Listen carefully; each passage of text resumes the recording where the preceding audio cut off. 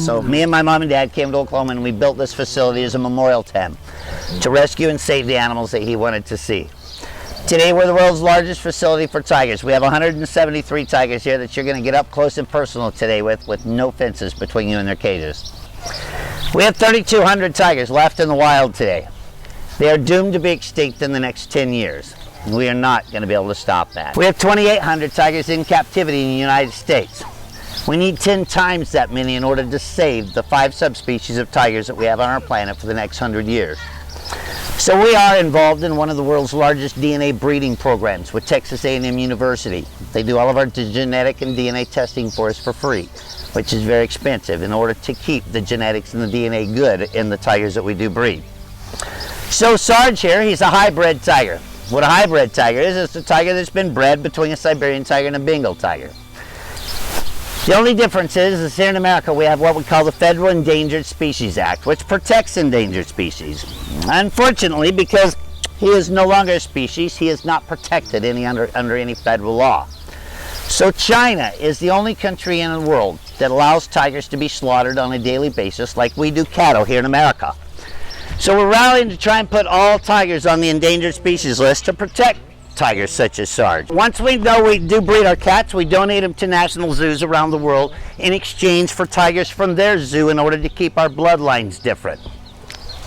Now Sarge was a rehome tiger. What a rehome cat means is it's a cat that just fell on hard times, whether the zoo closed, the sanctuary closed, the economy hit them and they just can't afford to take care of them, or you have a pet tiger and somebody in your family died and they just can't take care of them, but they're healthy, they do not need rescued, okay? So rescued animals mean that they're in dire need of being rescued, okay, whether they're beat, abandoned, abused, or something else, okay? And they're going to die in a matter of days unless we rescue them. As the world's largest facility for tigers, we legitimately rescue 9 to 10 tigers a year. We rehome anywhere between 30 and 50.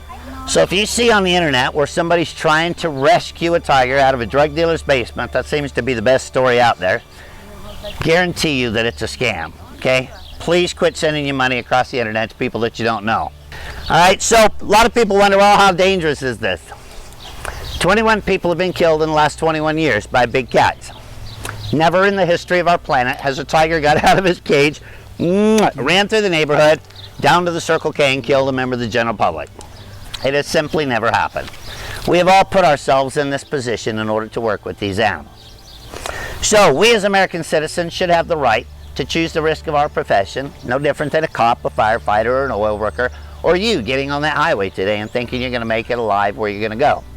I have less of a risk of being killed today by 173 tigers than you do in a car on the interstate.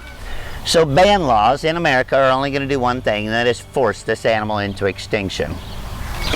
Now, in order to work with him, we have a couple rules. It's called conditioning. It's not training. This tiger's not trained to do anything except lay here and love on me, okay? It's respect. I know he's a tiger and I have my limits. He has his limits. In order for him to get out of that cage, he has to follow those limits. One is he cannot bite down on me. He can play bite and he can chew bite just like a puppy or kitten does at home, okay? He has all of his teeth. And in order to do it, to get him to stop biting hard, it's a habit, all you have to do is tap him on the nose and flick his whiskers. Kids, they hate their whiskers being messed with. They're like curb feelers, okay? Anywhere in the jungle these whiskers fit, the rest of this tiger will fit. So, tap him on the nose, say no bite, flick his whiskers, and we got a deal, okay? He does have all of his claws, ladies and gentlemen. When he's working with me, he's not allowed to use those claws, okay? Or he doesn't get out of that cage. Same difference, tap toes, say no claws. Very smart animal, he understands that.